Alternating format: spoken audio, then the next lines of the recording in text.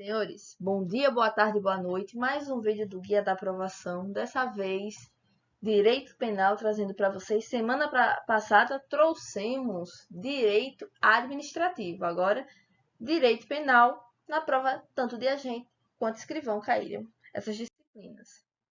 Para quem não me conhece, meu nome é Elisama Viana. Esse aqui é o meu Instagram. Então, você está precisando de ajuda, organização, material, mentoria, não tem um real para estudar, pode falar comigo. Eu entendo, fui aprovada no concurso da Polícia Militar, sou concurseira, entendo a sua real situação. Pode falar comigo que estamos aqui para nos ajudar. A prova da PCL foi cancelada, tanto a de agente quanto a de escrivão. Então, em um breve raio-x, tivemos 120 questões. Qual a modalidade? A, B, C, D, E? A, B, C, D, E, F? Não. A modalidade foi certo ou errado. Então, ele vai lá dar uma afirmativa, narrar algo e você vai dizer que aquilo está certo ou errado, né? Os dois não, certo e errado não, é um ou outro. Só que a CESP, ela tem um pequeno detalhe. Se você errar, não é marcar errado não, é errar a alternativa, ele vai anular o ponto da que você acertou. Então, você tem que estudar, porque o chute aqui não vai resolver não, só o chute consciente, que aí é tema para outro vídeo nosso. Um raio-x breve da nossa Polícia Civil, na prova da Polícia Civil. Dessas 120 questões, não é 60 de cada prova, não, é 120 questões na de agente e 120 questões na de escrivão. Essas 120 questões, na de agente tivemos 16 questões e na de escrivão 15 questões. Ah, não estudei não, direito penal, vou chutar. Se você errar as 16, você vai errar vezes 2, porque eles vão anular as certas. Então, você vai errar quantas questões? 32 questões. Se você na de escrivão chutou, você vai errar vezes 2, errou tudo, você vai errar 30 questões. Então, é importante estudar direito penal? Muito importante. Muito importante. Nesse vídeo, como a temática nosso objetivo aqui é trazer resumão, revisaço breve, nada longo, não trouxe 31 questões, mas trouxe questões que achei extremamente importante comentar sobre, porque são temas que têm recorrência na CESP. Começaremos logo algumas questões da prova de agente e posterior na prova de escrivão. A prova de agente, primeira questão escolhida por mim foi essa de crimes contra a liberdade pessoal. Afirma o avaliador: não há crime de ameaça, não haverá crime de ameaça. Quando o agente, mesmo prometendo esse mal injusto ou mal injusto e grave, ele promete isso aqui contra pessoas absolutamente indeterminadas.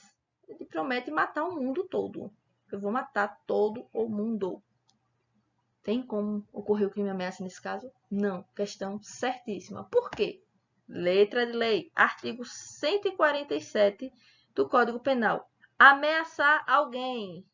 Ameaçar alguém.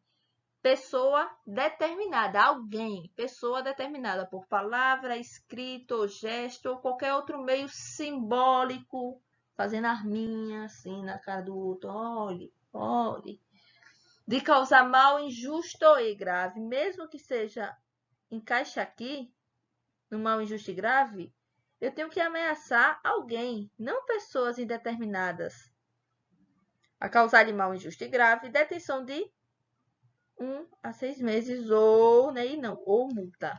Então, quando eu ameaço, eu tenho que ameaçar a uma pessoa. Nesse caso, a 06 aqui, a 06, está ameaçando a 06zinha. A 06zinha. Ela não tem, como nesse caso de ameaça, ameaçar o mundo todo. É meio complicado. Próxima questão. Crimes contra a liberdade pessoal. Segunda questão escolhida por mim. O avaliador afirma: o crime de ameaça, olha ela novamente, praticado por marido contra sua esposa, é processado por ação penal pública incondicionada, dispensando-se a representação da vítima. Sabemos que a lesão é. Agora, a ameaça, no caso da Lei Maria da Penha, será incondicionada? Ameaça. Ela é ação, em regra, pública condicionada à representação. Então, você tem que ir lá representar. Está sendo ameaçado, você tem que representar. Mesmo no contexto de violência doméstica. E aqui está a grande pegadinha. Porque a ação será incondicionada, e decidiu assim o STF e o STJ, nos casos de lesão corporal. Na ameaça, ainda continua sendo condicionada à representação da vítima. Lesões corporais grave e gravíssima será sempre incondicionada, senhores, independentemente de ser violência doméstica ou não. Mas a lesão leve na violência doméstica é incondicionada. A ameaça não, ela é condicionada. Então a questão está errada. Mais uma questão. Lesão corporal, terceira questão. O agente que joga óleo quente na vítima, com ânimos ou... Esse termo aqui em latim, senhores, resumindo tudo para vocês, facilitando que é o nosso objetivo, é o propósito de ferir ou de atingir, causando assim deformidade permanente nela. Jogou óleo e permanentemente ela ficou com a deformidade. Segundo o laudo médico, cometerá crime de lesão corporal gravíssima. Debilidade. Olha o bizu. Debilidade é lesão grave. Deformidade é lesão gravíssima. Olha o bizu. O B vem antes do F. Então, a deformidade, lesão gravíssima. Debilidade, lesão grave. Então, vem logo o grave para o G crescer e ficar gravíssimo. Então, nessa lesão grave, você vai causar debilidade. Nessa lesão gravíssima, você vai causar deformidade. O que é a questão de pergunta? Deformidade. Questão certa ou errada? Questão certíssima. Espécies de lesão corporal. Lesão corporal simples, artigo 129, detenção de 3 meses a 1 ano. A grave. Então, quando é que eu vou ter uma lesão corporal grave? Parágrafo 1º do artigo 129. Se resultar em incapacidade para ocupações habituais. Incapacidade para ocupações habituais. Por quanto tempo, Elisama? Por mais de 30 dias. Perigo de vida. Debilidade permanente de membro, sentido ou função, ou aceleração do parto. E a gravíssima, parágrafo 2º do artigo 129, ela incapacidade permanente para o trabalho. Aqui não é mais de 30 dias, aqui é permanentemente, já era, para o trabalho. Enfermidade incurável, perda ou inutilização do membro, sentido ou função, deformidade gravíssima.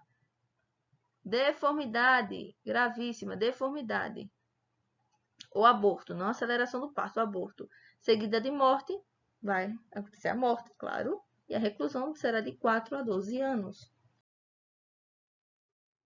Crimes contra a administração pública, assunto que se tiver lá previsto no seu edital, vai cair na sua prova. Então, você tem que estudar. Questão. Para a consumação do crime de peculato desvio, por ser crime formal, não se exige que o funcionário público ou terceiro obtenha os recursos desviados. Não precisa chegar na mão deles, bastando apenas que desvie o bem em proveito próprio ou alheio. Então, ele não precisa obter os recursos, apenas fazer aquele desvio para proveito próprio ou de terceiros ou alheio. Então, o que se consuma no instante em que o funcionário público dá o dinheiro ao objeto ou destino diverso ao previsto. Então, a obtenção do proveito próprio ou alheio não é requisito para a consumação do crime, sendo suficiente a mera vontade, a mera vontade de realizar um núcleo do tipo. Então, vocês acham que essa questão ela é de crime formal? Certa ou errada? Questão certíssima. Não há a exigência que o terceiro obtenha o recurso desviado. A mera a mera vontade de realizar um núcleo do tipo a consumação desse crime. Próxima questão. Crimes instantâneos e crimes permanentes. O que é que prevê essa questão?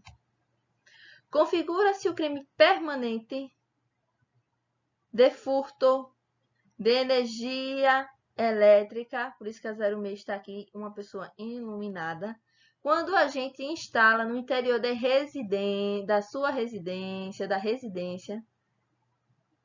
no interior da residência, o dispositivo para alteração de medidor de energia. Ele vai, poxa, eu vou botar um negócio aqui para alterar esse medidor, localizado na parte externa do muro da casa. Senhores, vocês têm que saber dessa diferença aqui, ó. Quando o agente desvia energia elétrica por meio de ligação clandestina, existe esse furto. Mas quando o agente, maldade, altera o sistema de medição para que aponte resultado menor do que ele consumiu, não é um crime de furto. Teremos aqui um estelionato. Então, se ele faz aquele famoso gato, teremos furto, uma ligação clandestina. Mas ele vai lá e altera o medidor, teremos estelionato.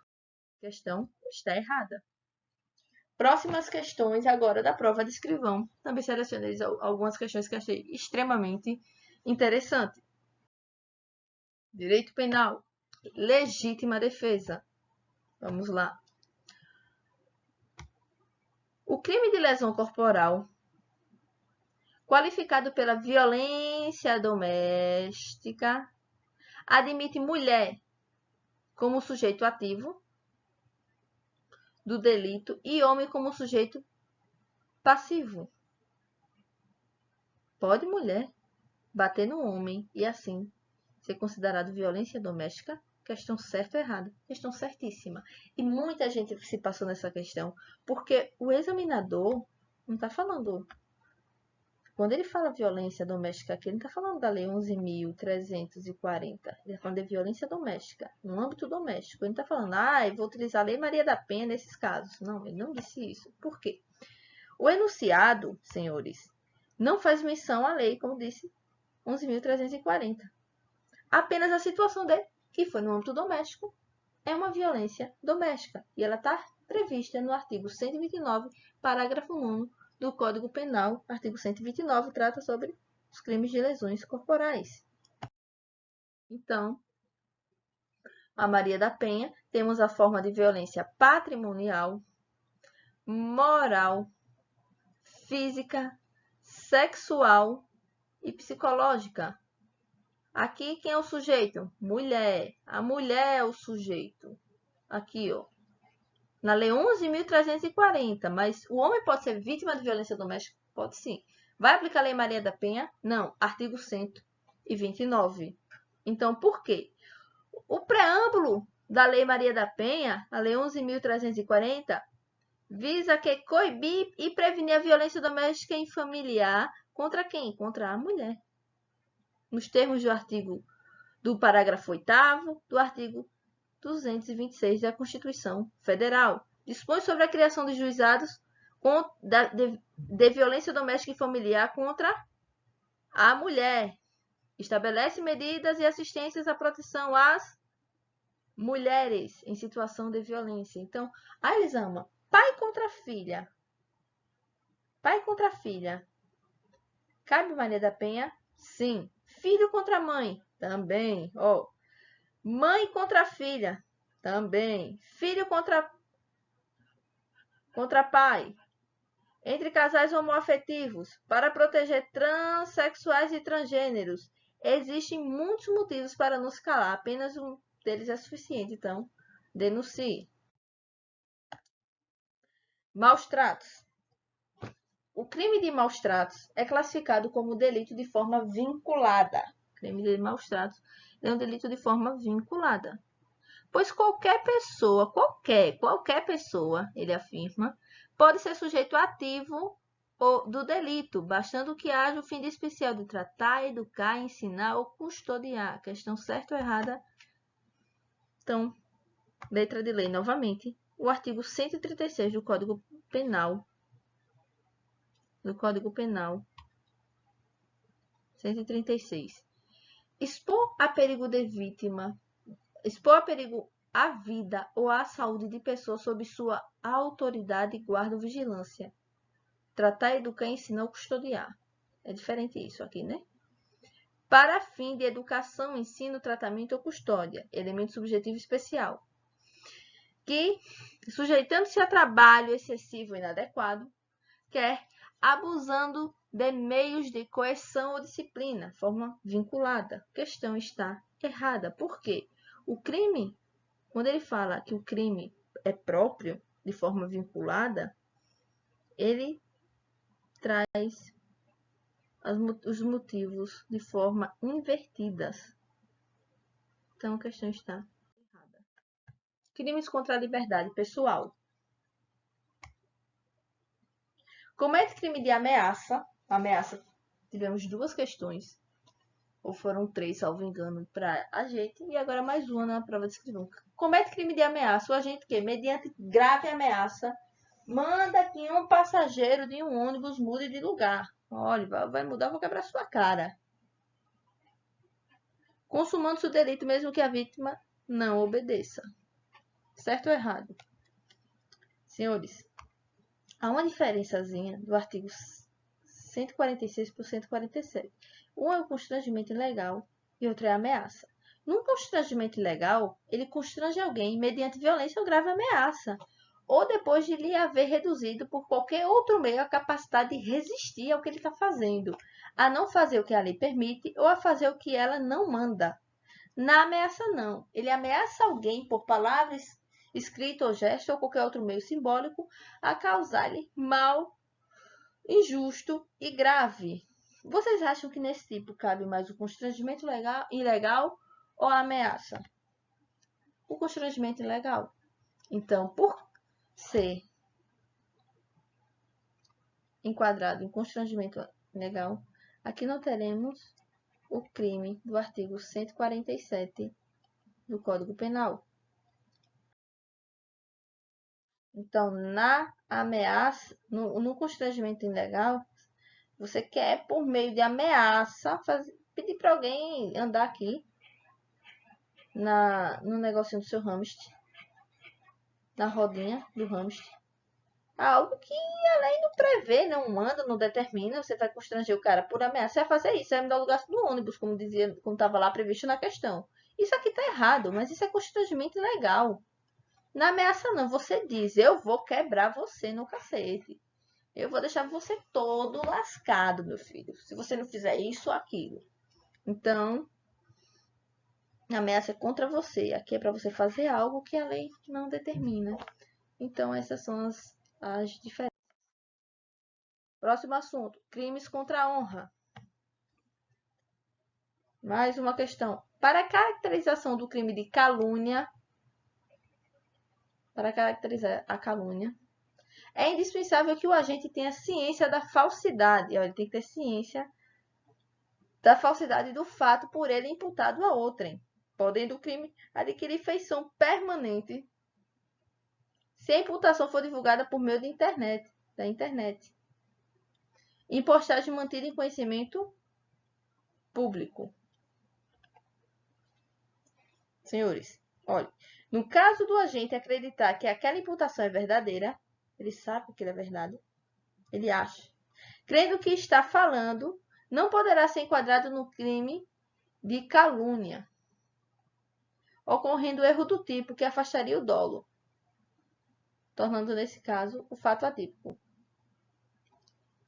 Então essa questão está certíssima. Ele sabe que o fato é verdadeiro, ele acredita que o fato é verdadeiro, ele sai caluniando a pessoa. E quando ele faz isso na internet, isso permanece. Se isso permanece, está público, está notório, é um crime permanente. Não tem erro. Essa questão não tem muito o que ser explorada. Próxima questão. A famosa. Crimes contra a administração pública, cobrado em agente da PCAL, escrivão PCAL, oficial combatente da Polícia Militar do Estado de Alagoas e mais um aqui. Estamos aqui mais uma vez com esse tema. Está previsto no edital? Vai cair, de certeza. Próxima questão. O flagrante. O flagrante por delito de corrupção ativa se configuraria, nesse caso, no momento da entrega do dinheiro prometido? O que é corrupção ativa, senhores? Artigo 333 do Código Penal. Quando eu ofereço ou prometo vantagem indevida a funcionário público para determiná-lo à prática de omitir ou retardar ato de ofício. Então, essa é a corrupção ativa. É quando você oferece ou promete vantagem indevida a funcionário público. Ele oferece ou promete o quê? A vantagem indevida ao funcionário público. Por que a questão estava errada, senhores? A questão estava errada porque não precisava a entrega, o ato da entrega do dinheiro. O código lá previu que no momento de prometer oferecer, ali já foi feito, já foi consumada essa minha corrupção ativa, essa forma ativa de corrupção. Então, senhores, esse é o nosso resumo de Direito Penal Próprio Civil do Estado de Alagoas. Espero que vocês continuem aqui no nosso canal, tá tudo bem no início, mas vamos nos desenrolando. Que Deus abençoe, nada menos que a vitória e a